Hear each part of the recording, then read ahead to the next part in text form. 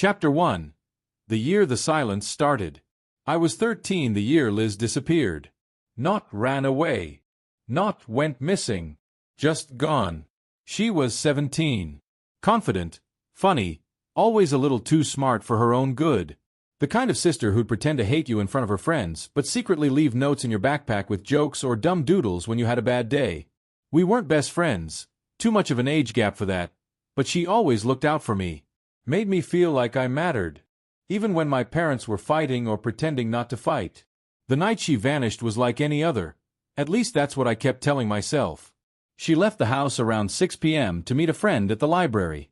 Mom asked her to be back by 9. Liz rolled her eyes, said she would, and walked out wearing that red windbreaker she always hated but wore anyway when it was cold. She never came back. At first, no one panicked. Not really. It wasn't until midnight that Mom started calling her phone, over and over again. No answer. No read receipts. Just this eerie, quiet void where her voice used to be. By 1 a.m., Dad was in the car driving through the neighborhood. By 3 a.m., police were called. By 7 a.m., her photo was on local news. I still remember sitting on the living room carpet, barefoot, watching the screen show her school picture, that slightly too big smile, the glitter from a recent zit still visible on her cheek. It felt surreal. Like someone else's life was playing out in our house. They searched for weeks. Parks. Trails. Her friends' houses. Lakes. Old construction sites. Volunteers walked fields with flashlights and dogs. Mom gave interviews in the kitchen with makeup barely covering her swollen eyes. Dad sat silently beside her, white-knuckling his coffee. But nothing. Not a phone signal. Not a shoe. Not even the windbreaker. Just an empty space where my sister had once stood. The house changed after that. Quiet became permanent. Like grief moved in and started rearranging the furniture. My mom kept Liz's room untouched for years. She vacuumed it, dusted her desk, washed her pillowcase every Sunday like Liz was coming back any day now. I used to sneak in there when no one was home, just to sit on her bed and breathe in whatever scent still clung to the room. Sometimes I'd find old notes she'd written to herself, weird quotes, little drawings. My dad, on the other hand, buried everything. He threw himself into work, took double shifts, then triple. Started sleeping in the downstairs den. I think he hated being upstairs where her room was. I think he hated the reminders. And me. I started hearing things. I don't mean ghosts. Not exactly. But at night, I'd sometimes wake up and swear I'd heard the stairs creak. Or a door close quietly down the hall.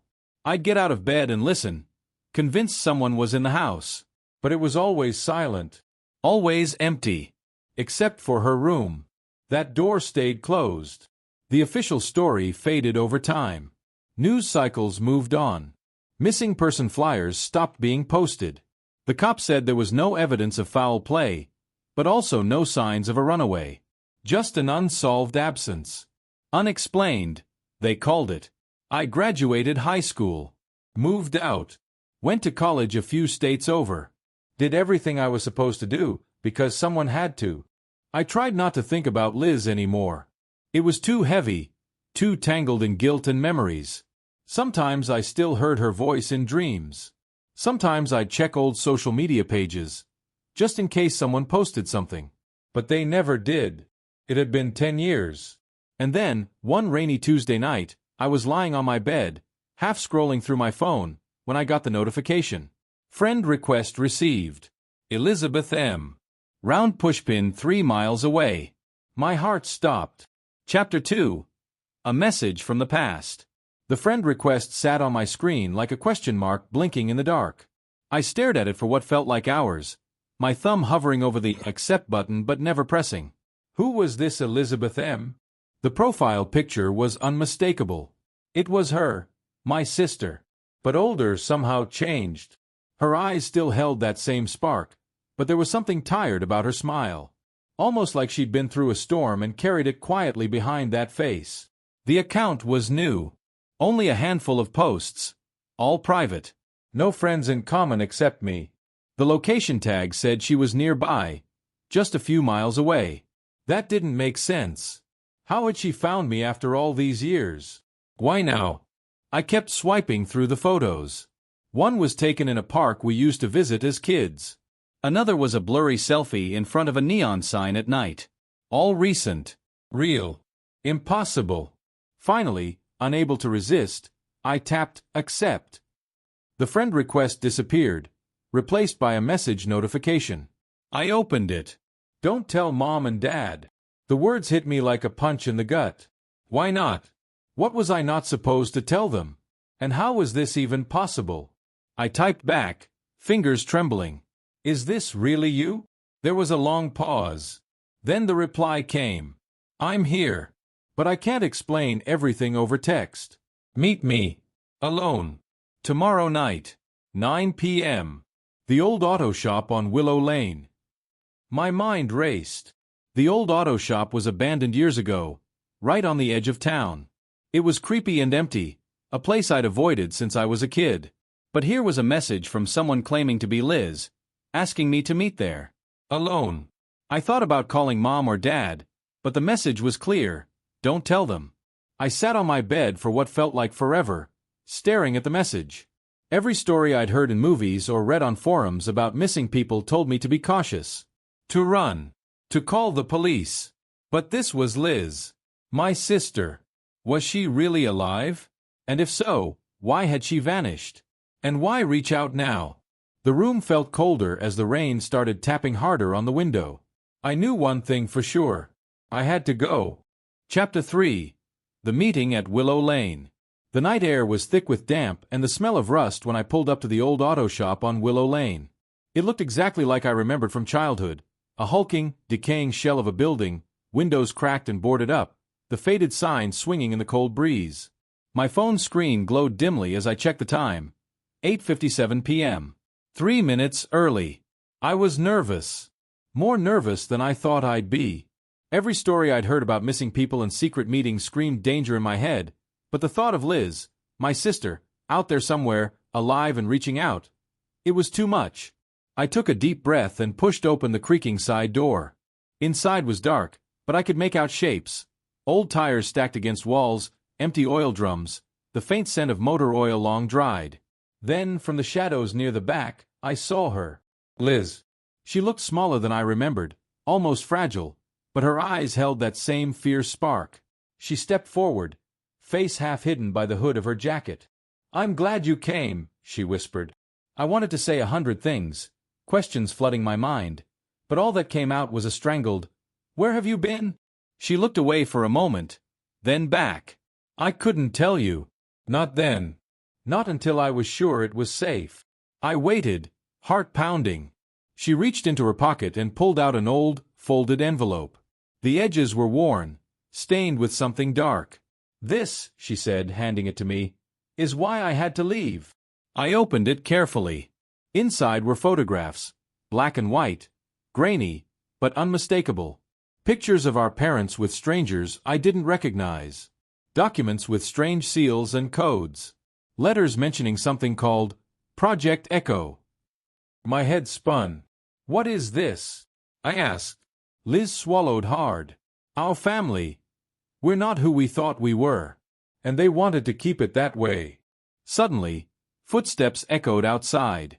Liz's eyes widened in panic. They found me. We don't have much time. She grabbed my arm. Listen, I need you to trust me. This is bigger than us. Bigger than our family. You have to be ready for what's next. Before I could answer, the door slammed shut behind us. And in the darkness, I realized we were not alone. Chapter 4. Truths in the Dark. The sound of footsteps wasn't just echoing anymore. It was getting closer. Liz pulled me behind a stack of old crates, her breath shallow and fast. Who's coming? I whispered. She shook her head.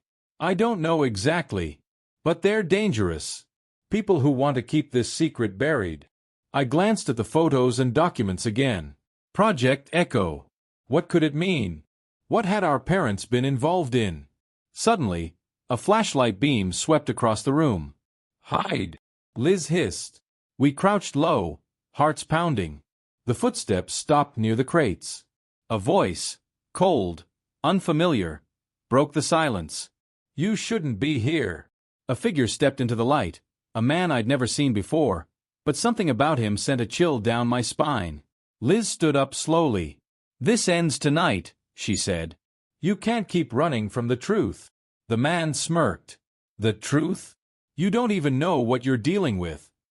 Before I could react, he lunged forward. Liz shoved me aside, and the man grabbed her arm, twisting it harshly. Let her go, I shouted, my voice cracking. The man's grip tightened. But then, out of nowhere, a noise, a car engine roaring nearby, distracted him. Liz yanked free and pulled me toward the back exit. We have to go now, she urged. We sprinted through the shadows, the sound of pursuit close behind. When we finally reached the street, breathless and shaking, Liz turned to me. "There's so much more you need to know," she said. About our family. About who we really are. I looked at her. My sister, the one I thought I lost forever. And for the first time in 10 years, hope mixed with fear in my chest. Because the truth was only just beginning. Epilogue. New beginnings. The days after that night felt like I was living in a fog. Everything blurred between disbelief and the desperate need to understand. Liz stayed with me for a while, quietly slipping back into the life that had once seemed lost forever. But she wasn't the same sister I remembered. She was guarded, haunted by whatever she'd uncovered. Every so often, she'd stare off into the distance, lost in thought. Together, we began piecing together the fragments of our family's past. Late nights spent poring over documents, cryptic messages, and fading photographs. It wasn't just about Liz's disappearance anymore. It was about who we were, the secrets that had been buried deep, the lies our parents had lived with. And as I looked at her one evening, I realized something. No matter how dark the truth was, no matter how many shadows it cast over our lives, we had each other. And that was the only thing that mattered.